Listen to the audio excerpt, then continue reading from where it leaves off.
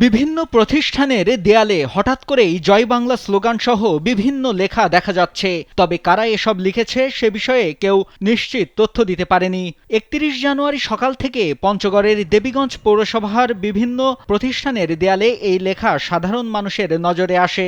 পৌরসভার শহীদ আব্দুল মান্নান সড়ক সংলগ্ন উপজেলা পরিষদ চত্বর, নৃপেন্দ্র নারায়ণ সরকারি উচ্চ বিদ্যালয় ও শেখ রাসেল মিনি স্টেডিয়ামের দেয়ালে লাল, কালো ও নীল রঙের কালি দিয়ে জয় বাংলা, জয় শেখ হাসিনা ও শেখ হাসিনা তুমি আস্থা এমন স্লোগান লেখা হয়েছে।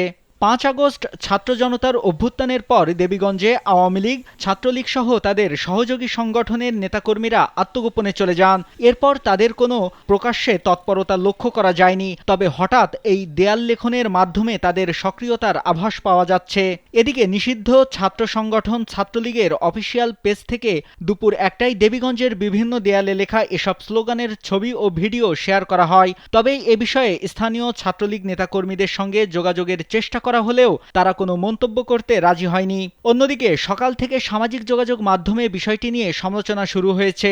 স্থানীয় অনেকেই ফেসবুকে পোস্ট দিয়ে প্রশাসনের নীরবতা নিয়ে প্রশ্ন তুলেছেন। এ বিষয়ে দেবীগঞ্জ থানার ভারপ্রাপ্ত কর্মকর্তা সোহেল রানার সঙ্গে মুঠোফোনে যোগাযোগ করা হলে তিনি কোনো মন্তব্য করতে রাজি হননি।